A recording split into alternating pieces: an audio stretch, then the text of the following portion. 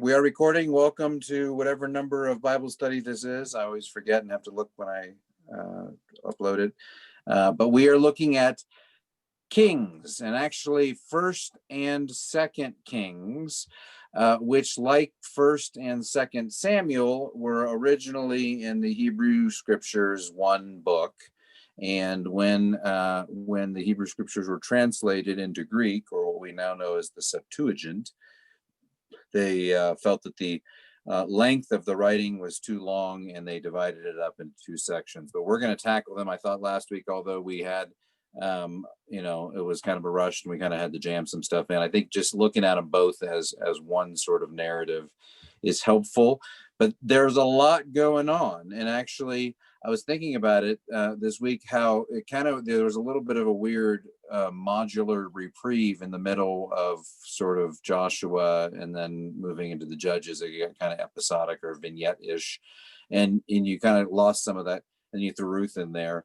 But really, from what we looked at in Samuel, is the rise of that sense of prophets, and also rising as the sense of kings being replacing that judges that we looked at through the last few weeks.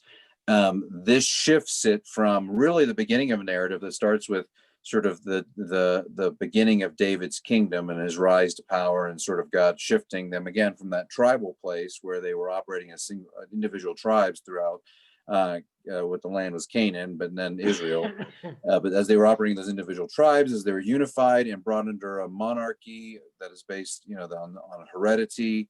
And then we left First or Second Samuel, or just the books of Samuel, at the end of last week, sort of at the end of David's time and at the beginning of Solomon's time, and that's where the story picks up. But just try, and I guess the overview for the whole book is really what we're looking at is the beginning of King Solomon's rise to power and what he accomplishes. And then throughout Kings, you really have this sort of, you see this failure and good king, bad king, I guess.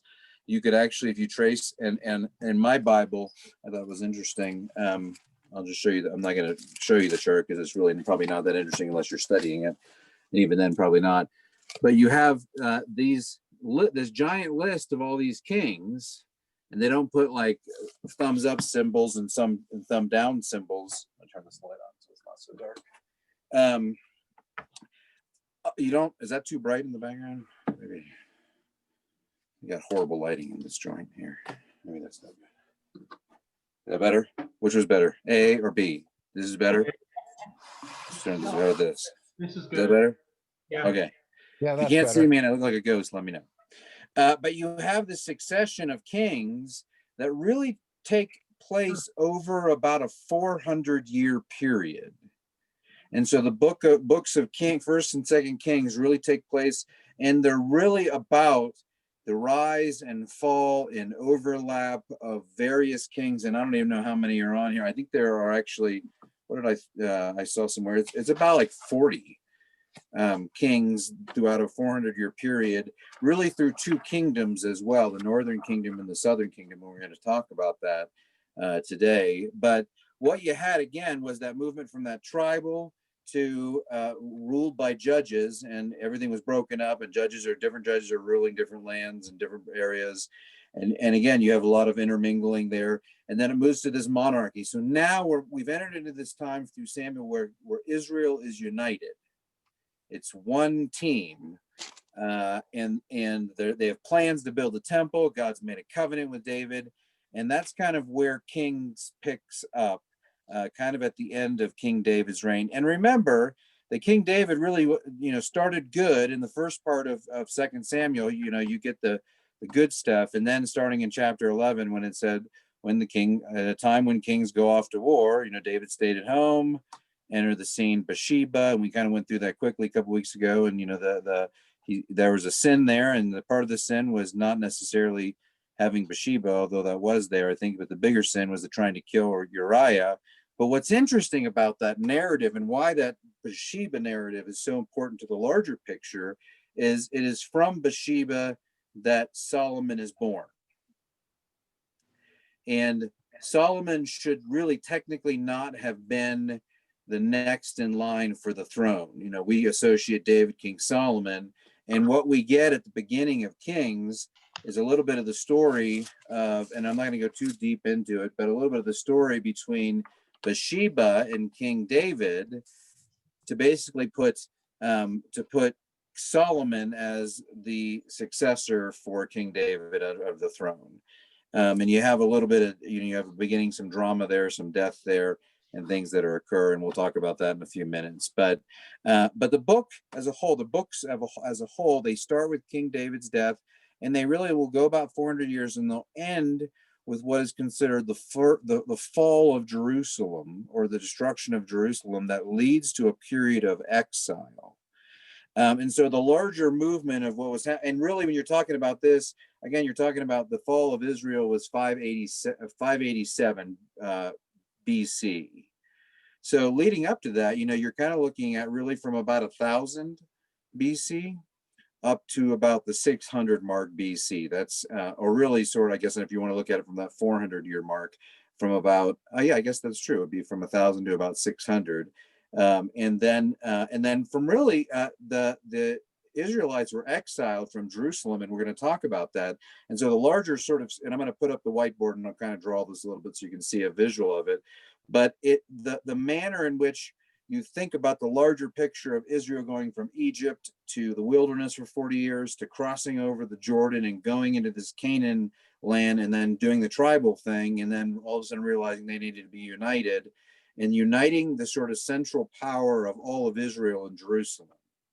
So is that, now if I need to draw that now, I can switch over to the whiteboard, but does everyone have a kind of an image of that in your head?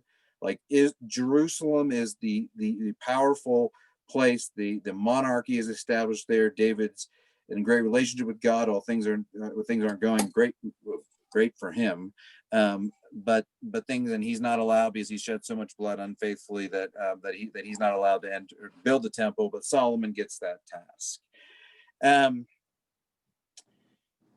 What else do you need to know about the beginning? Other than the fact that my lamp doesn't seem to want to stay. It's one of these banker lamps that I've had for years, and no matter how tightly you screw it, it still has its own mind. Let me think what else. I think that was it. One of the things that you should realize is that this is what's considered a redacted historical book from the English side, meaning that it was compiled and composed. And you see that if you read through it, you'll see places where it'll say from the book of the Acts of King Solomon, or from the book of this king or that king. And what they've done is, and they really thought that this probably was constructed toward the first part of the first version of Kings for the Jews would have been constructed around the time of sort of before the 600s, around the time of what we'll talk about, who is King Josiah, who was prophesied to be a good king. And so it was really, and the King Josiah was the last good king, and then he goes into this dark period, and that was really around 600, and they compiled it there because they had a sort of a turning back to God, and they kind of put all of these smaller books together, and that redaction produced what we now know as Kings. And then they thought, and then they scholars see reflections of exile language in it, so that the second version was a little bit more shaped and honed to reflect an Israel in exile. And for whatever it's worth, if you don't like the word exile, you hear it out there. Exile just means they were not in Israel. They were out of the promised land. And they're not all in one chunk, and it's not like all the Israelites picked up and we're going over here into Turkey and we're just going to plant down here. They were dispersed throughout the region, and some of them never returned. So just imagine, God finally gives Israel this land. They mix with the foreigners a little bit, and then God brings them under the reign of Saul and David and establishes them, and now they're a people, and they have a land, and they're a number, and then as you see, as we looked at last, that things started to go south for David. And although they do pick up, as we'll look at it for Solomon, they don't last forever for Solomon. And again, the larger narrative of all of this is kind of humanity, or kind of, we stink and God's great. Okay, I think that's it. The two main, one commentator said the two main points of Kings, and I guess you can see it, is to establish God's kingdom in Israel over and against the other nations, and that God was going to fulfill the promises to Abraham that were made in Genesis 12.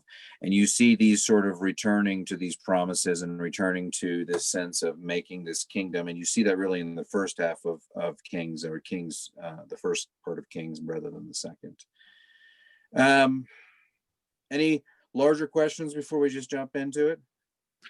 Just one thing. Would you consider David been more the warrior king and Solomon more like almost like a priest or a judge? He wasn't really the big warrior as much as, but he did more of the wise man type thing. Yeah, and I think that the times were and yes, absolutely. I think that we characterize Solomon as being wise, but I think and David as being more of a warrior, but the David stature was not great. David was a humble figure. David was also a musician. And I think in modern day times we would probably, or maybe in the last 100 years ago, we would have looked at David and seen him as effeminate. There was a creative, almost flamboyant side, and we get this image of this dancing and this celebrating and this singing, and so you have but a warrior too, but just and a military leader, maybe more so than actually down in the field battling it out. Not that he wouldn't have done that, but definitely a leader in that regard. And by the time that the kingdom was established, although there were still challenges to Israel as a nation was, and as you'll see, man, Solomon, and I have some pictures that I took off the internet to kind of just give you an image of the temple, but what Solomon did and built was considered, next to nothing in that period or time. I mean, the temple and the gardens, and in many ways it's compared back to almost this recapturing of the Garden of Eden in a modern materialistic sort of creation sense. So okay. All right.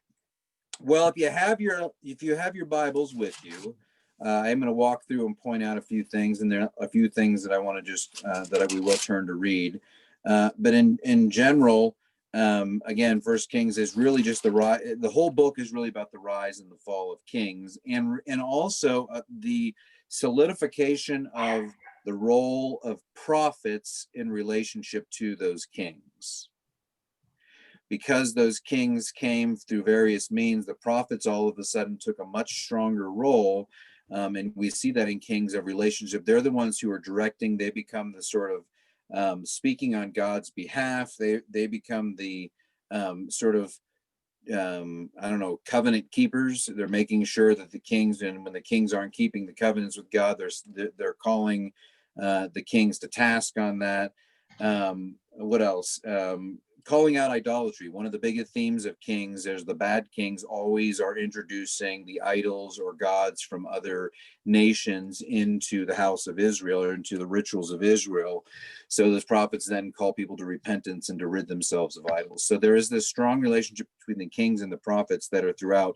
And we got a lot of material to cover in terms of, we won't look too explicitly, but we'll look at a few explicit cases, but in general, we're just going to so it'd be helpful if you do have your Bibles with you, if as we go through them, you can kind of track as we're going. The first sort of third, I guess, or maybe even close to half of, I don't remember how many chapters are actually in Kings 1, but the first third is really about Solomon, and sort of what, he gets 11 chapters or whatever it is, outlining what he's doing. The first chapter and the second chapter, David is still alive, and it is what I was talking about earlier, the process through which Bathsheba and Nathan, the prophet Nathan, actually, in somewhat an almost duplicitous way, that sort of harkens our minds back to Isaac and Esau and birthrights, and some level of trickery, but not quite explicit in the same way. But it describes the reason why the ascension went to Solomon, not to whatever his brother's name was, Jonah, or Adonijah. And so yeah, it was one of those things that David sort of says, okay, now the succession is going to you. You have this, you have in chapter 2, this really wonderful sort of passing down. If you're in chapter 2, David's instructions to Solomon, he's saying, be strong, and I've heard so many sermons based on these. I love that he says too, when David's time to die drew near, he charged his son Solomon, saying, I'm about to go the way of all the earth. And that just struck me, just because the way of all the earth as we exist in today is death. And so there's an acknowledgement that we live in a decaying society that is materially based, and he was about to allow he was about to succumb his earthly existence to the death, the power of death within the earth. And again, juxtaposing that with what happened in the Garden of Eden when death was introduced. So, but he says, be strong and courageous and keep the charge of the Lord your God, walking in his ways, keeping his statutes, his commandments, his ordinances, his testimonies, as written in the law of Moses, so you may prosper all that you do and whatever you turn. The Lord will establish his word as he spoke concerning me. And it goes on a little, just a few more sentences. If your heirs take heed their way and walk before me in faithfulness with all their hearts and all their souls, there shall not fail you a successor on the throne of Israel. Grand promises. God, David's like Solomon, stick close to God, follow his commandments. God's going to be with you. This is us passing down the throne. This is like his final words to his son, who will reign and build a temple. And this is a monument. This is like a movie picture moment. Like this is like the end of the movie, and they're taking you're seeing the scene. And then from verse 5, all of a sudden it switches, and David's like, and there's some jerks who I owe some blood to, and I want you to take it out on them. So, you go down to verse 6, act therefore according to your wisdom, but do not let his gray head go down to Sheol's place in peace. Later in verse 9, and you must bring his gray head down with the blood to Sheol. And he's basically talking about some vendettas that he has that still are outstanding. And he's like, love God with all your heart and soul, your mind. And when I'm gone, go take these people out. And so you have this, again, this passing on of this faithful passing on of the covenant, yet a reminder just of the trapped nature that David finds himself in humanity. And so, we can either choose to condemn him or to have compassion on the fact that these were things that he felt that he had left to his son. And at that time, again, battle, killing, that sort of stuff was really much less of a concern or an issue than we might look at it today. And I say that very mindful of the fact that someone is on death row, and that may be coming soon. So just that idea of taking someone's life, we view that so much differently now than they would have back then, because that just would have been commonplace to have people die in this way. So you have David's death.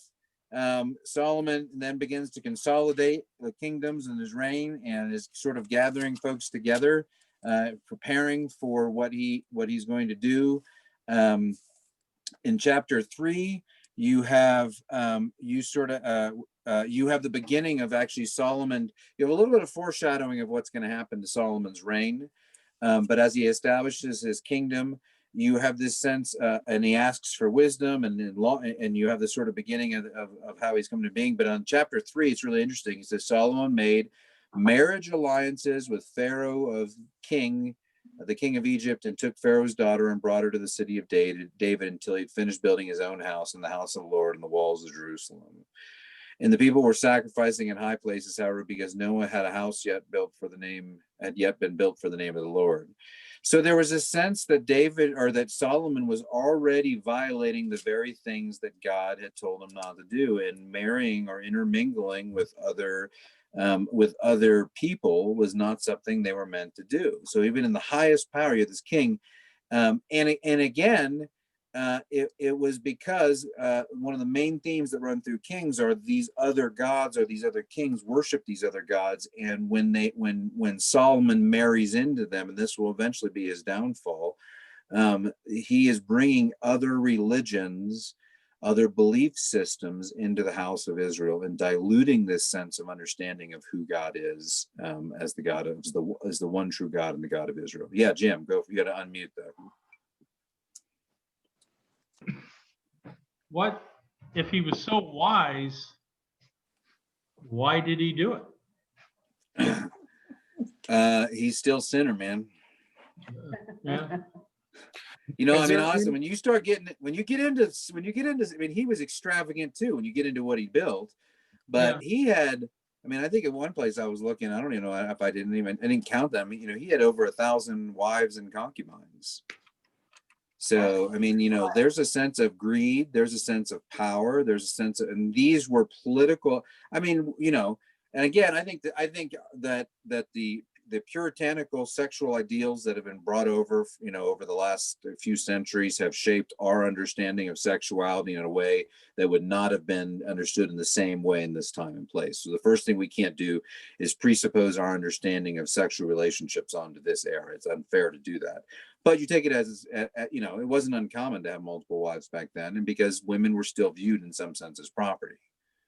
So even queens would be considered property of the king. There's always that sense, and that, you know, and for better and mostly for worse, that was the outlook at the time. So, you know, it factors into it. So he wasn't anything wrong, but it does, just as an aside. And I think that anytime anyone says to me there's one biblical view of marriage, I'm like, well, that's not really true. There's lots of views of biblical marriage. Our job is not to pick one and to try to make it and fashion into what we think it should be, but to recognize that God uses social structures over time to form a people, and that we are called to fidelity. We're all called to the good things that we believe in marriage, but sometimes we try to justify them through one way or another. And really, there's not one single view of marriage in Scripture. And in fact, if you really dig around it gets kind of ugly. So it's not probably the best place to draw as a source. But that doesn't mean that that there aren't prototypes there that help us understand modern day relationships. Do you Okay. Yeah. Do you think that, is there any significance in the fact that David reigned for 40 years and Solomon reigned for 40 years? First of all, that's a long time for back then for either person, but they're both identical 40 years. Is there any significance to that? Well, you know, it's funny, and here's the interesting thing about that is that I was actually reading that in many of these cases that time in terms of reign was looked at differently, and so reigns were often considered, they could be overlapping. So whether or not they actually lived that, you know, in other words, like the reign of Solomon started before David had died to some extent, or David, whereas in other traditional monarchies, you would reign until your deathbed. You know, it's like Lord of the Rings. When you take your last breath, then your child succeeds you as the king. Whereas in Hebrew time or in Israelites' time, there was a sense of overlap. So my guess is it was curated for a reason. I mean, you have 40 is one of those biblical, you know, 40, 12, 7, 3, the number of numbers that really surface and come again and again in Scripture. And 40 is one of those. Whether that was a redacted sort of overlap that they put together to make it paralleled, I don't know. I mean, you know, because the flood was 40 days too, right? The flood was 40 days. Jesus was in the wilderness for 40 days. 40, you know, yeah. 40 years in the wilderness. 40 comes up again and again. And honestly, and what that traditionally was understood was as a life cycle. Yeah. You know, the notion of a life cycle. It may not be exactly 40 years, but again, you know, calendar keeping wasn't the greatest back then, so who knows exactly if the time frames fell into exactly what we think of them as a time frame. Okay. Probably not, but it doesn't really matter in the end. I like to dig around in pointless questions sometimes, but in the end, I don't let them affect my faith. I just use them as intellectual curiosity, and I found that serves me well. Okay. then we get into, oh, okay, so then you have the beginning of Solomon's prayer for wisdom, and this is really sort of, I think it's ironic that it starts with him seeking out another king's daughter and that was a political alliance, no doubt, more than it was anything. But then you have just little later in chapter 3, down into verse 8 and 9, and your servant is in the midst of the people whom you have chosen, a great people, so numerous they cannot be numbered or counted. Give your servant, therefore, an understanding mind to govern your people, able to discern between good and evil, for who can govern this, your great people? And it pleased the Lord that Solomon had asked this. And God said to him, because you asked this, and it goes on to say basically like, you've done it, you have the right mindset. So I don't know, Denny, maybe there, or whoever's at Jim, that maybe, the decision to go with the queen was before God granted Solomon with some sort of, for whatever it's worth, by the way, my new nephew's name was Solomon. Who just was born like last week. His name is Solomon. But that sense of desire for wisdom, I wrote somewhere, I don't know where I wrote that. I think where did I put that? Was it an intellectual? Was it a rationality? Was it an intellectual thing? Like, like when we think someone who's wise, they can sort of discern what is good, what's bad. And you got to remember, for us, it's kind of like, well, Solomon may not have been any wiser than any of us these days, but back in a time where you have a primitive culture, and I do believe that our minds have evolved in our intellectual capacities over the years. I mean, the fact that we as human beings can create devices that connect to space, that we can see across the world, that we can, like the things that we as human beings have created. And that comes with a heightened sense of rationality and a heightened sense of logic and learning and capacity to learn and development of the mind and all that sort of stuff. So Solomon might have just been, a prototype for us, but nonetheless, something was bestowed upon him that gave him wisdom. And then the first thing they do, and then God kind of actually establishes, and if you look on 13, he says, I'll give you what you have not have, both riches and honor. No other king shall compare to you. If you walk in my ways and keep my statutes and my commandments as your father David walked, even though he didn't try to, then I will lengthen your days.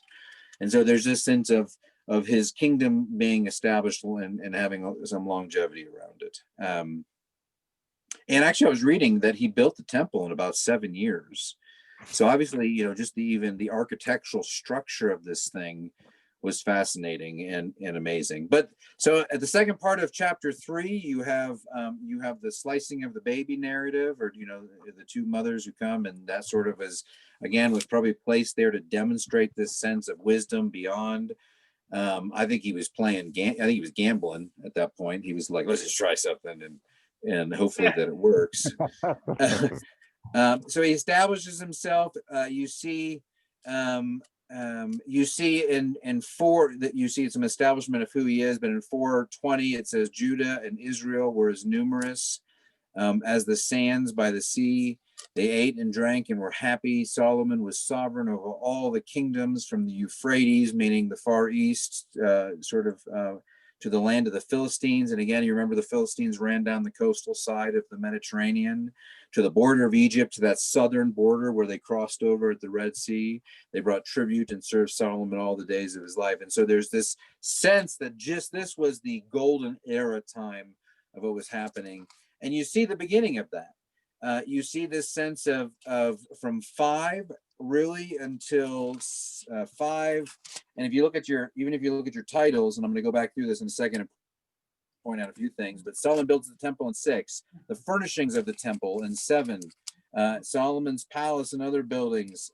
Hiram, who was of a nearby land, was a bronze worker, and he partnered with them, and they built all this bronze stuff for the temple. And so you have this just elaborate, and I just sort of skimmed through it, but it was a lot of detail.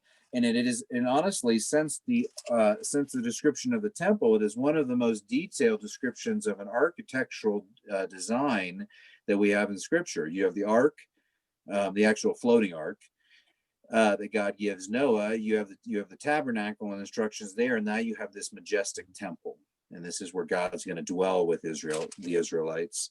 But even in the midst of this, even with Solomon's wisdom, you see some things start to creep in. You see that in 5:13, where it said King Solomon conscripted forced labor out of all of Israel. So it was the beginning of not quite enslavement of his own people, but there was forced labor. The levied number 30,000 men. And then you have, even in the midst of this, you have Solomon building the temple, and in 6:11 or 12, I guess it says, concerning this house that you're building, again, if you walk with my statutes, obey my ordinances, keep all my commandments, and walk by them, I will establish my promise with you, which I made with your father. I will dwell among the children of Israel. I will not forsake my people Israel. There's this sense of stick with me. Again, Solomon, I'm going to re-up the covenant I made with your father. Stick with me, and I'll stick with you. And then even in verse 14, so Solomon built the house and finished it, and it goes through all the details of the building of the house. But in the process of this, we see him all the way to the chapter 8. He dedicates the temple. He makes a big speech in 8:14. Offers significant praise, and it sounds a reflection of his father, and 22 and on, where he just offers all these praises. And it says, "The Lord, O God of Israel, no God like you in the heavens above or on the earth, keeping covenants and steadfast love for your servants who walk before you, the covenants you kept with my father David." And so there's just this deep, resounding sense that everything is great. The temple's being built. God is dwelling. And let me go to, just to give you a sense of these pictures. I'm going to share some of these with you. So this is one depiction of what the whole thing looked like done. I don't know if does that look big on your screen? And as we learned, that you can annotate some of these things. This up here was where the Holy of Holies was. And then you have different dwelling places. I think David was buried down in here. But this kind of whole area up here, which we'll take a closer look. And then you have the Holy of Holies that would be, I guess, right here. I don't know if you can see that. And then once a year, the priest would go into that. I'm going to actually switch to another picture. The priest would be allowed to go in that. So here's a picture of just the top part. As you can see, you have the temple here. And again, the temple was sort of at a side angle. So you have the entrance to the temple here. And then this would have been the smokestack here. And then back here would have been the Holy of Holies. And I have a cross section of that. The people would have gathered here. But then you have just various places. I mean, if you look at something like this and you read through the passage, you'll see, because they mention the places of the house of the forest of Lebanon, where the cinders were used, the porch and the pillars, the throne, and it was built, a great courtyard where people would gather. And then let me just go back to that. Yeah. Where's the wall that the Jews go to today in Jerusalem? Well, that was a second temple. Remember, Jerusalem was destroyed, and they rebuilt that again. So these are models of the first temple, not the second temple. But I do believe that if the orientation would be the same, if I'm not, and I'm not 100% sure, but if this is the way it would have been facing, it would have been over on this side. Okay. If it was but I mean, and again, I've been to that wall, and so in my mind, I'm sort of orienting myself. But this is and I don't know if this is a recreation. I believe it is. But again, they would go through the center, and this would have been the Holy of Holies back here. That's where God was dwelling. There's one, actually, that wasn't the one I wanted to show you. There's one cross section. Here we go. This is the one. So this is when you went into the Holy of Holies. And back here was the Ark of the Covenant behind these doors, that once a year only the high priest would bring in the burnt sacrifices. And again, these two giant bronze pillars, they were made by this Hiram guy that Solomon connected up with. But the Ark of the Covenant was established there, and this whole thing, this whole idea of the tap. I mean, this gives us our modern day understanding of even the way it affects our architecture of our churches. When you think about, you come in the back, and where the priest, or where I would stand, is up front, and we don't have a sectioned off area, but the altar that we take communion on sits up front, in the pulpit, and all these sort of liturgical things. So even that directional focus is still something that is drawn originally from that sort of layout that you ask yourself, why isn't it more in a circular way? You could stick something in the center and everyone could go around it circular. Well, this was designed. And so we eventually, over time, temples and then churches were built after this model of something holy being up front and coming in the back. Okay, well, things change in chapter 9. God extends his promise to Solomon again in the first part. And again, you see just again throughout this whole book, you see these things. I've commanded you to keep my statutes and my ordinances, and I will establish your royal throne forever. You see these same words repeating themselves again and again. And then in chapter 9, verse 6, you have the admonition: if you turn aside from following me or your children and do not keep my commandments, and you go and serve other gods and worship them, then I will cut Israel off from the land that I have given them, and the house that I have consecrated for my name will be cast out of my sight, predicting the fall or the destruction of Jerusalem. And Israel will become a proverb and a taunt among the people. The house will become a heap of ruins, and everyone passing by will be astonished and will hiss and will say, what has the Lord done such a thing to this land and to this house? And then they will say, because they have forsaken the Lord their God, who brought their ancestors out of the land of Egypt, and embraced other gods and worshiped them and serving them, therefore the Lord has brought this despair or disaster upon them. You have this massive theme, this massive reiteration of, if you don't stick with me, it's going to lead to ruin. And it almost is foreshadowing what we know actually comes. You have in verse 15 of 9, at the beginning, it says the account of forced labor that King Solomon conscripted to build the house of the Lord. And then down again in 21, that Solomon conscripted for slave labor. So they are to this day. So he was using those from other nations. And there's this sense of not building it in such a way, and this is probably why it was built so quickly, in the same way the Egyptians built all of their great edifices, because they used slave labor. And so this was a problem, and this was contrary to what God had called them to. But God was still allowing it to happen, and the temple was being built. In chapter 10, you have the beginning of the visit of Queen Sheba, which leads to some encounters between Solomon and Queen of Sheba, and really in 11 you begin to see the beginning of this downfall, and you see it and it's, I don't know if it's ironic, but you see the beginning of the downfall of David in 2 Samuel 11, or we begin to see the downfall of Solomon in 1 Kings 11 also in that. But it starts with really that sort of sense of King Solomon loved many foreign women, along with the daughter of Pharaoh, Moabite, Amorite, Edomite, Sidonite, Hittite women from nations concerning which the Lord had said to the Israelites, you shall not enter into marriage with them, neither shall they for you, for they will, and here's interesting, for they will surely incline your heart to follow their gods. And Solomon clung to these in love. So the concern is not like, hey, I don't want you intermingling your genetics. The concern is they're worshiping false gods, and I want you to worship me. And then it goes down in 11:6. So Solomon did what was evil in the sight of the Lord and did not completely follow the Lord. He did the same thing for all his foreign lives. He built temples for his foreign high places for sacrifice for his foreign wives. And then you see down in 11:11, therefore the Lord said to Solomon, since this has been your mind and you have not kept the covenant and my statutes that I have commanded you, I will surely tear the kingdom from you and give it to your servants.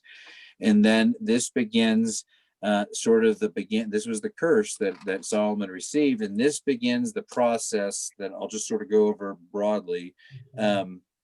Rehoboam was his son, and he starts out looking like he's doing okay, and you'll see this in sort of 12 through 16, where Rehoboam has a strong lust for power, and he institutes more slavery and decides to increase taxes and starts taxing people to the point where it leads to a massive rebellion.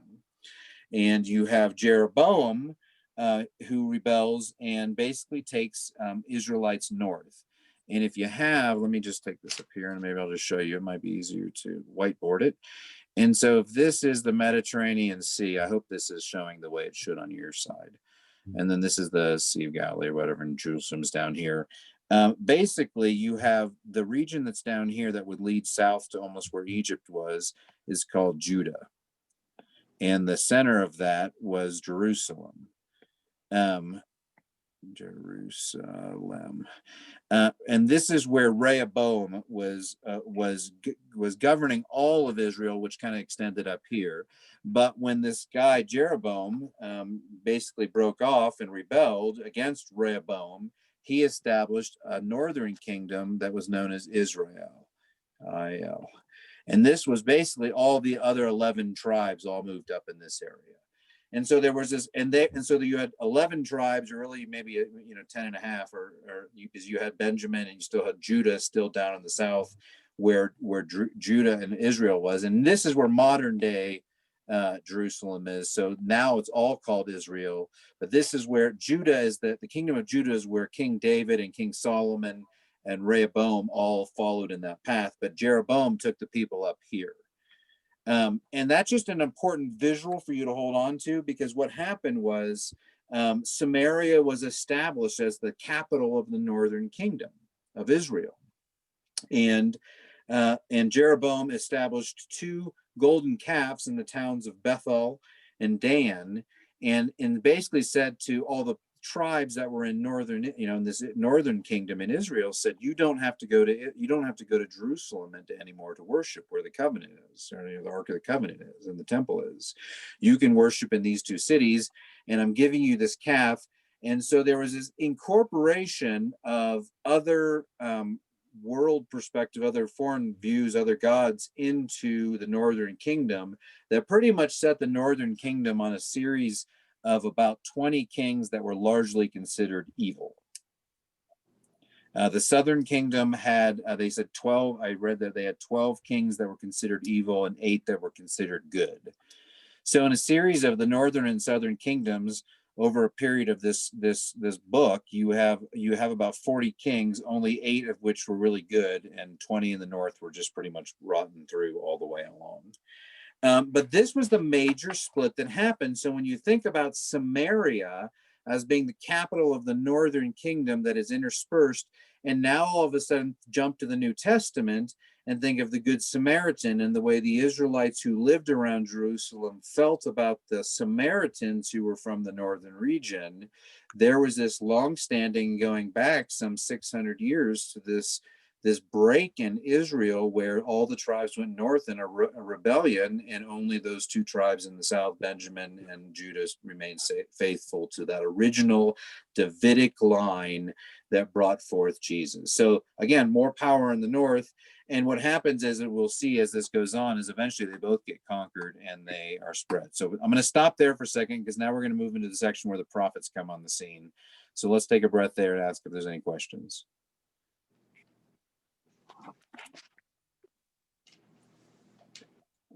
Everyone tracking? Okay. If you're not, don't be afraid to ask, because it's a lot of information. So in verse 12, or in chapter 12 of Kings, you have the northern tribe succeeds. You have places where, and that's kind of, I guess, what I just sort of described to you. You have in chapter 13, the prophecy of King Josiah.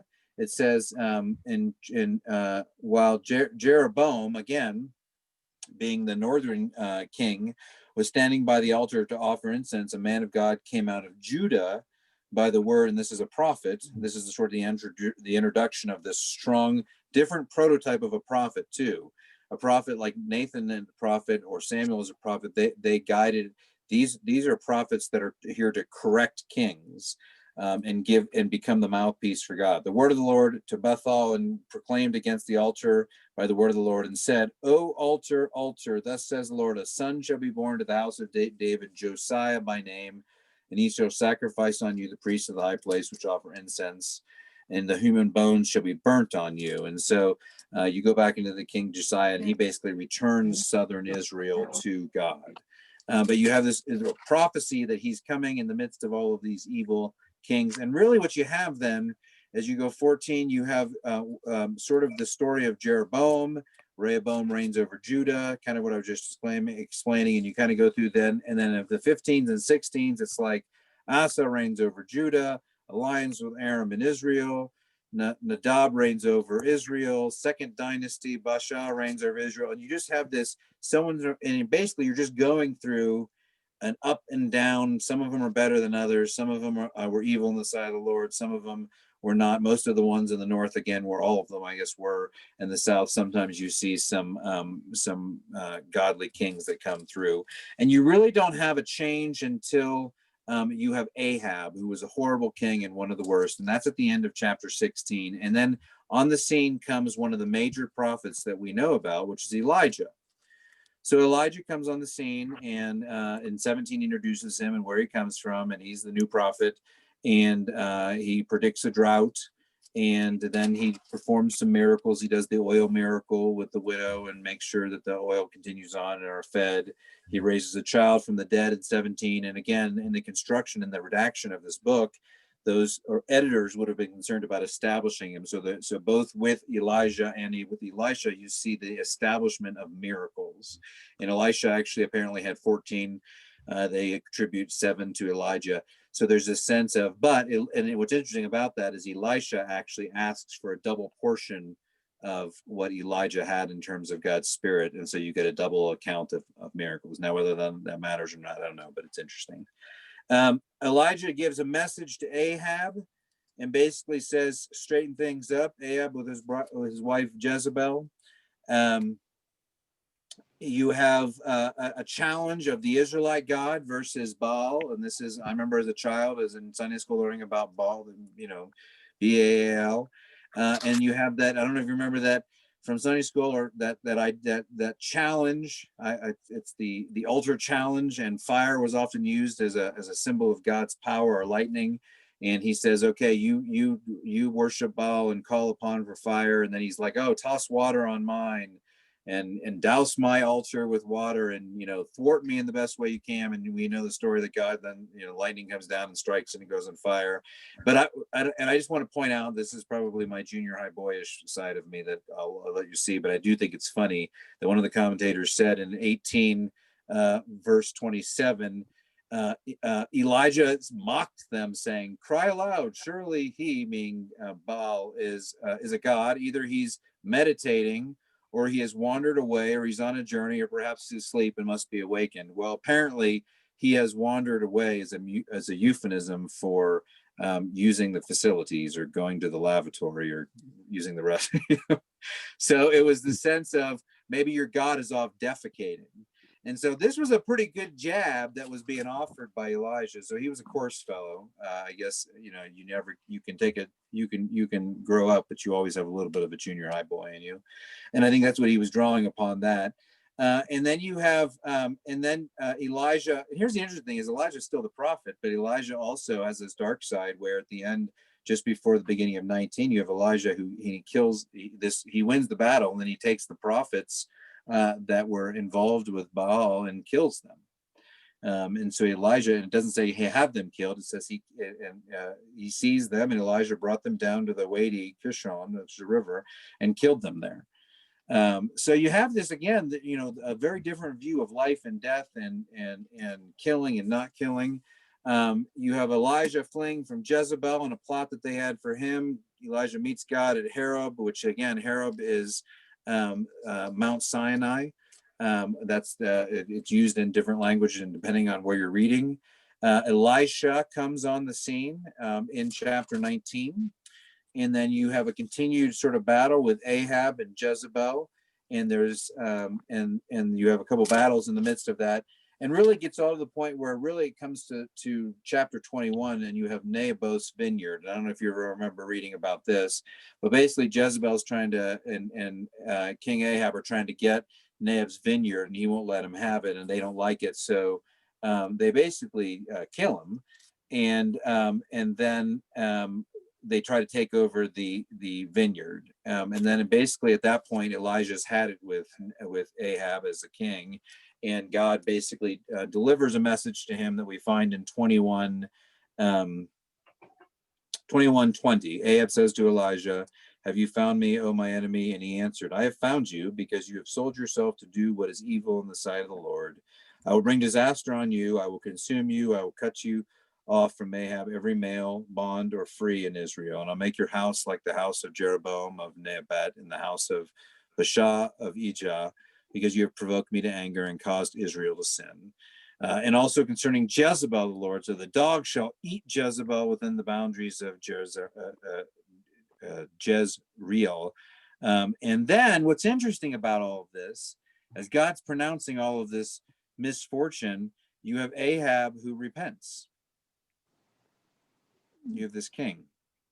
And he tore his clothes and put sackcloth over his bare flesh and fasted and lay in sackcloth and went around dejectingly.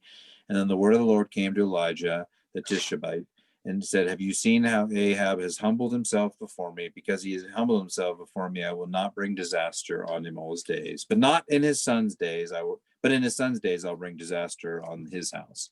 So now the sons are going to pay for the sins of the father, but God shows mercy on Ahab in this weird little instance. All right. You moving on, you have the defeat of death and of Ahab, and Jehoshaphat reigns over Judah, again, the southern kingdom. And that kind of brings us to the end of the first book, or what we know as the first book. Any thoughts or questions before we carry on?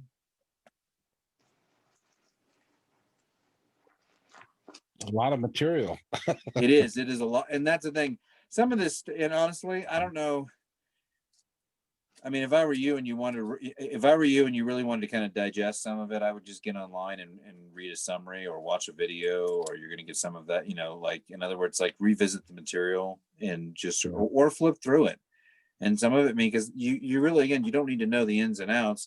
If you know that there are good and bad kings and through the book of Kings, and that God used prophets to draw them back, and you know how to locate Elijah in the midst of that, and Elijah and Elisha, and how Solomon, there's some basic things you want to know about these books, but really in the end, you got a lot of bad kings who did a lot of bad things.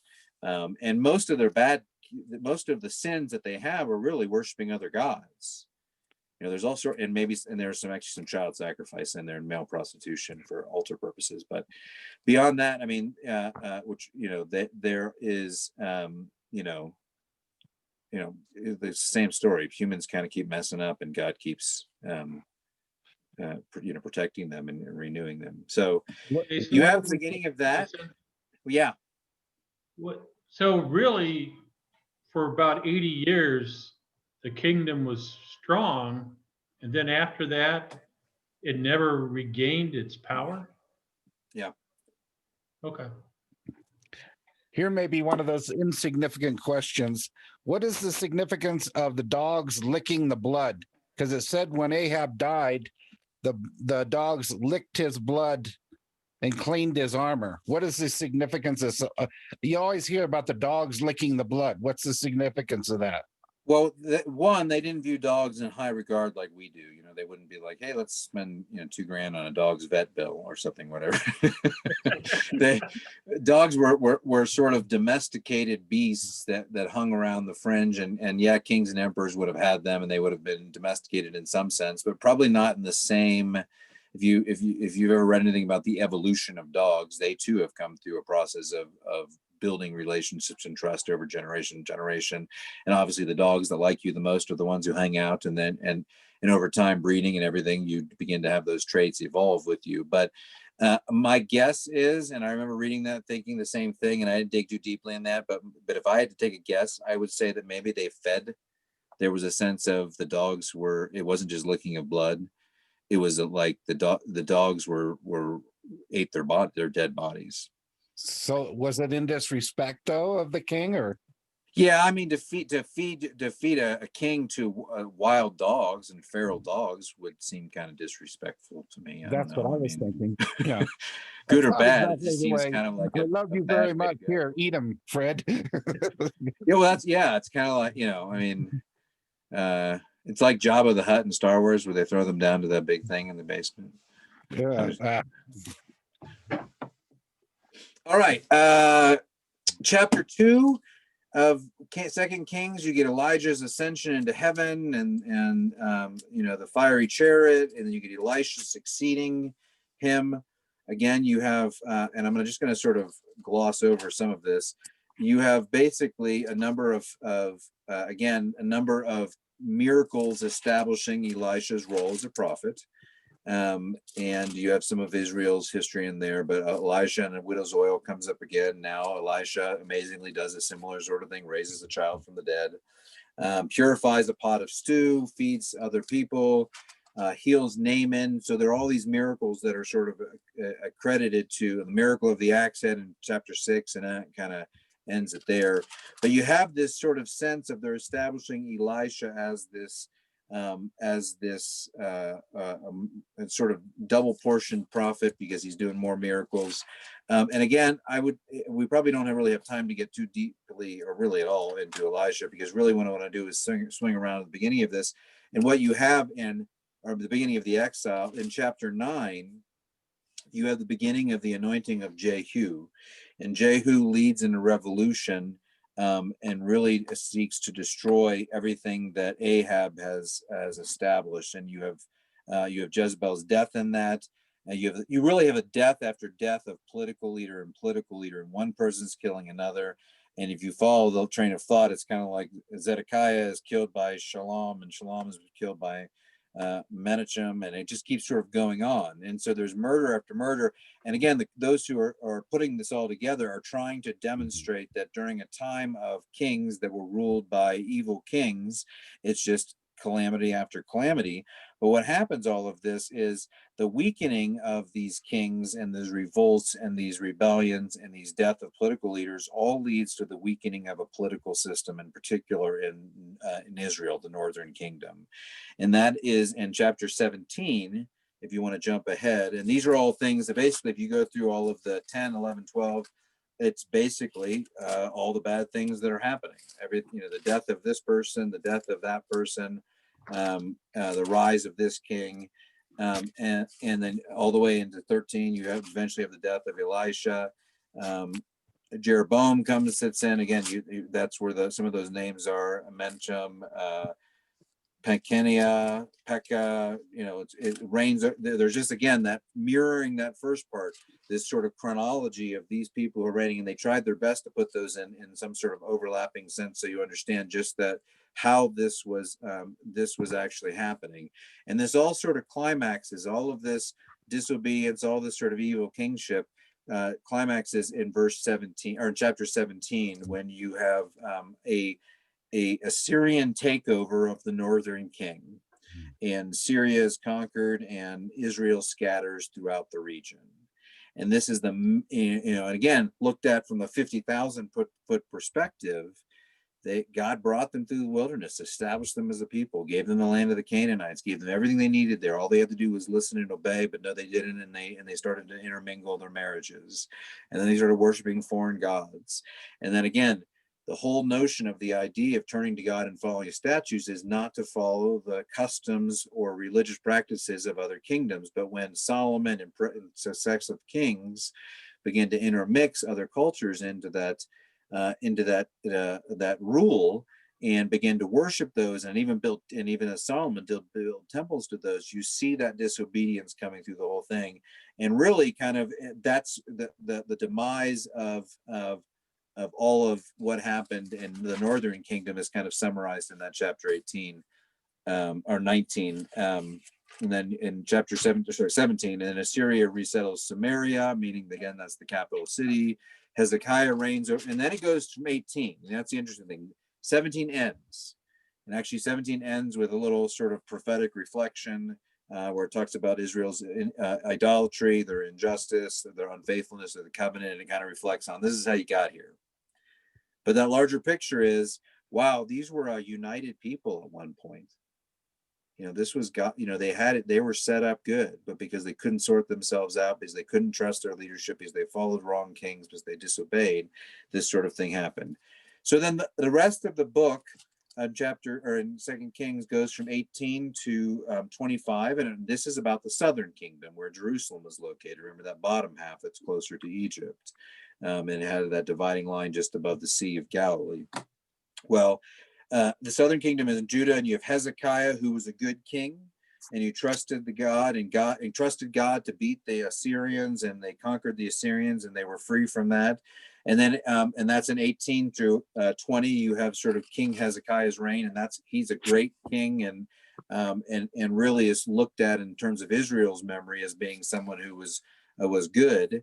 And then in chapter, and then he gets sick, and then in chapter 21, Manasseh reigns over Judah, again the southern kingdom, and Manasseh is evil.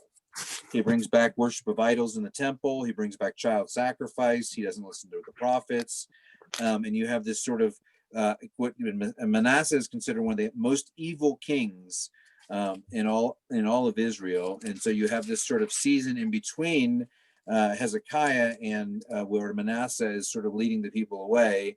But then you have this in chapter 22. You have this the fulfillment of that prophecy I read you earlier, and Josiah comes and reigns over Judah, and he finds, and Josiah is the king who finds this lost scroll of the Torah and is so amazed and empowered by it and moved by it that he seeks out reform and to really remove the idols that exist and had been established in the southern kingdom. And so he goes on sort of a mission to kind of clear out some of the idol worship, and that kind of leads up really to the sort of the end of the chapter, where you have the Babylonian captivity that happens and the exile of the south.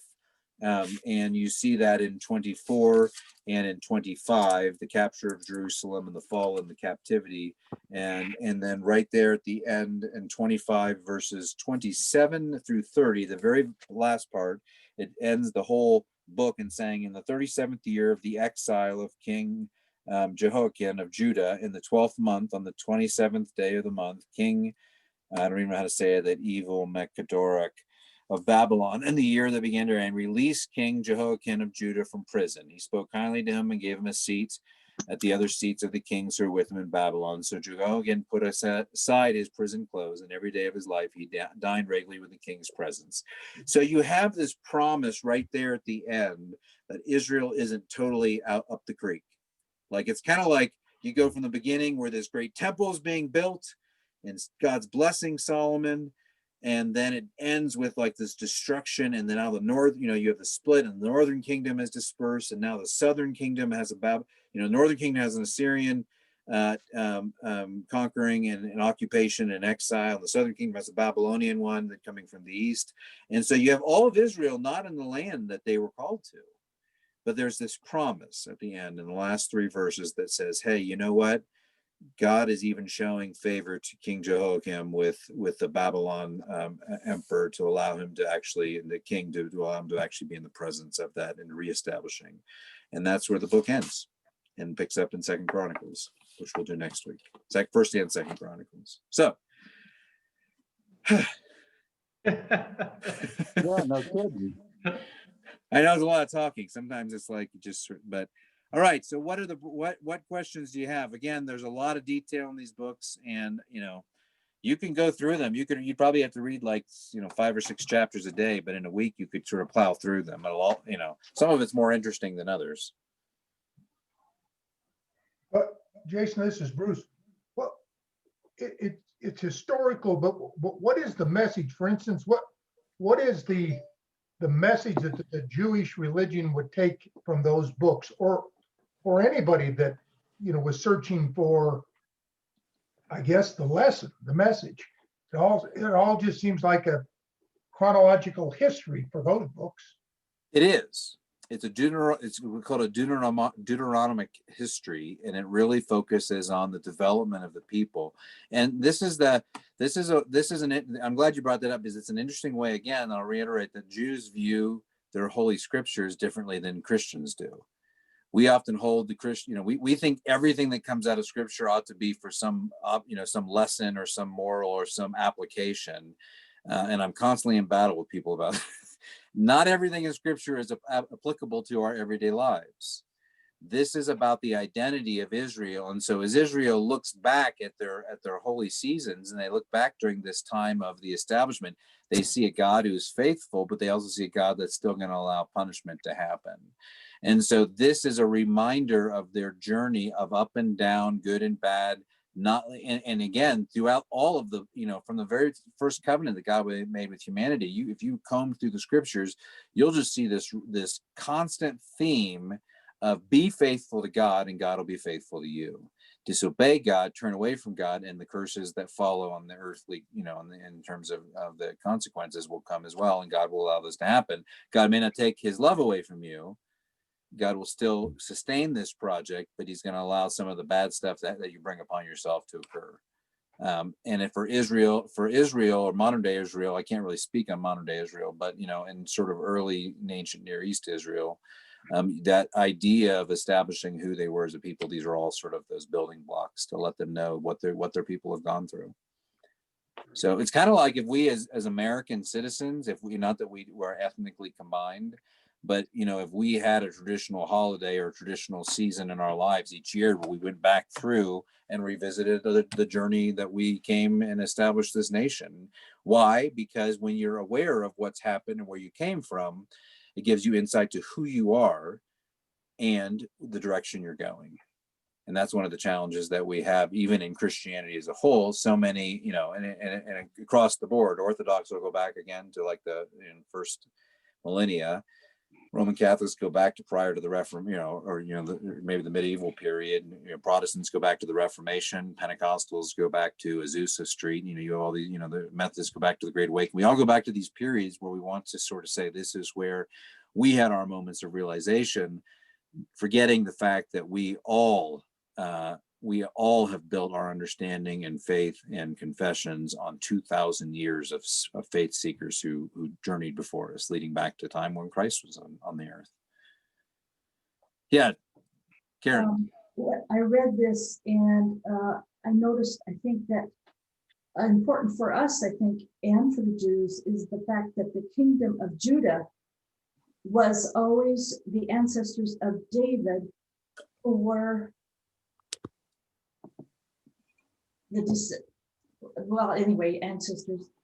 Christ came from that line of David through the kingdom of Judah, not through the kingdom of Israel. Yes, absolutely. Yeah. And again, that's all Israel, but there's more faithful. I think you would say that the remnant, and the notion of that Jesse tree and that lineage. And again, when you got 11 other tribes going up north and they have the larger land area and they seem like they have, like they're a powerhouse, and you have the smaller kingdom of southern Judah. Again, God using the most simple things in the humble places, wasn't as, and never was that necessarily trying to establish as a political power, although Israel or Jerusalem was established as a political power during that region, but it wouldn't, but that came to end quickly. So Jehoiakim, the last person that was, he was in exile and he was able to sit at his protector's table. yes, He was the last one of the line of David. All his brothers and sisters and everybody was killed before that. He was also exiled. He was, I think, injured, but he was restored in this last paragraph that you read. yeah, So and again, that's the promise. That's the line of Christ. Yeah. Yeah. And that's where it carries through, and and it carries through obviously to what the story we just revisited over the past month, of connecting both to the house of David through Joseph's line, but also through Mary's. Right. Any other thoughts, questions, comments, disagreements?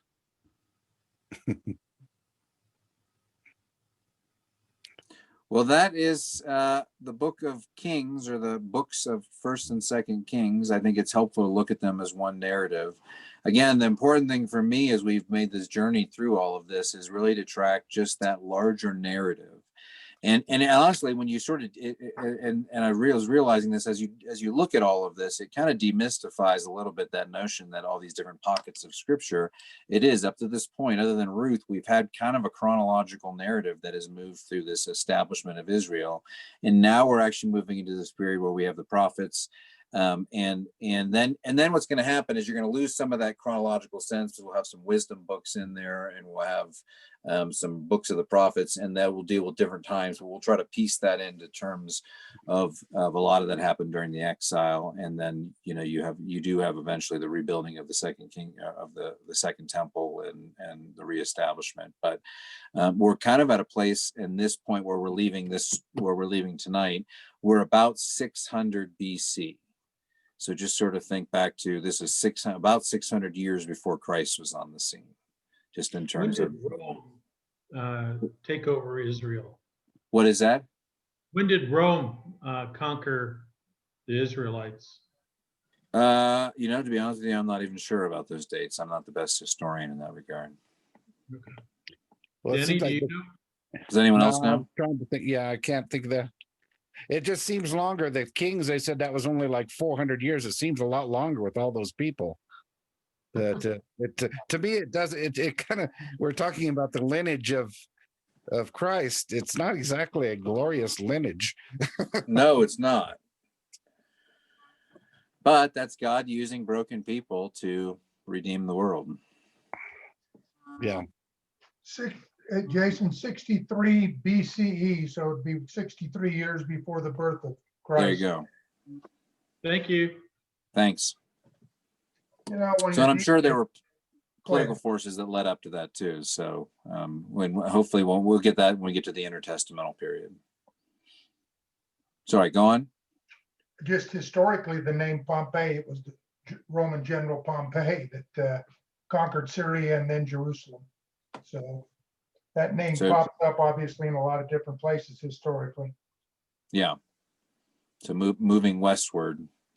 And there's a lot of ancient civilization that really happened in those last 500 years in terms of, powers and shifts that occur. And really, right now we're kind of taking just a biblical view, but if we wanted to take the broader view of Far East history, and actually you can see some of the movements and how, in many ways, these other things were just happening, and there was not that it was coincided with Israel's history, but Israel's history sometimes is, Israel's history is looked at through the perspective of the God of Israel leading through this larger narrative of redemption. But if you look at it just from a non-religious perspective and just from a people group perspective, you see some of those larger movements. Anyway, it will all continue to unfold, and hopefully by the end of this Older Testament period, we'll have a good working understanding of what led up to Christ and what he was dealing with when he was on the scene, and why it maybe in some ways why the challenges that he faced are all established in this. And again, remember the fact that these were people who were given a land and now we're leaving them in exile, both northern and southern kingdom, in some level dispersed throughout the land. And I will say, just maybe a last parting thought is as I was reading this, I wondered to myself, was this part of God's plan? So many people throughout, you look at Germans or Italians over in that, Western Europe, people tend to cluster with their own kind or their own ethnicities. Whereas you do have this diaspora of Jews throughout much of a large region that goes not just east or west, but really goes, you have east, Jewish orthodoxy that extends throughout and eventually is dispersed through much farther. And maybe that was part of God's plan. I don't know. We speak of immigrants in many different terms and ways, but if you look at it, we're all immigrants. We've all been immigrant. Everyone is nothing but immigrants. Well, and that goes back to sort of, if you want to go to a number of different people groups, look at it as, the idea of human ownership of the land upon which we live really is something contrary to what a larger, sort of radical creationism would look like, and that we all are a part of the creatures of the land that we live in. You might have more of a First Nations theology that says you don't own the land you live on, you're a caretaker of the land. But that idea that we own property really could come also ultimately from that idea that God gave a certain land to the Israelites, that sense of ownership of the land. Yeah. If you plant a flag in it, it's yours, right? At some point that was true. We also had that Far and Away movie with Tom Cruise. Don't we own the moon? I'm kidding. Yeah, that's why we put that flag up there. Isn't that how it works? If you, Yeah, I thought so. Yeah. Eddie I Izzard, know I we're don't really opening recommend. McDonald's. There you go. Eddie Izzard is a British comedian, and I don't necessarily always recommend him, but he does have this bit about putting a flag in it, and if you put a flag in it, it's yours. You know, and he's like, "Oh, I got here before you. Well, I put a flag in it, so it's mine. What? You know, I was here before you. No, where's your flag? You didn't put a flag in it, so it's not yours." So, anyway, all right. Well, good to dwell with you folks. I hope that your remainder of your week is blessed. And we will see you Sunday as we return to ordinal time. Not that there isn't anything special about this Sunday, but there's in the liturgical calendar, we're returning to our green season for, I think, just a week or so until we go to the Transfiguration. But for now, we'll return to green and we'll worship the Lord together on Sunday. So until then, if you have any questions or you need a private Zoom session, let me know. We can put that on the calendar. And otherwise, be safe and be well, and we'll see you soon. Pray for our nation, people. So much. Yeah, We- thank you. Take care, everyone. Good night. Good Bye. night. Night. Night. Night.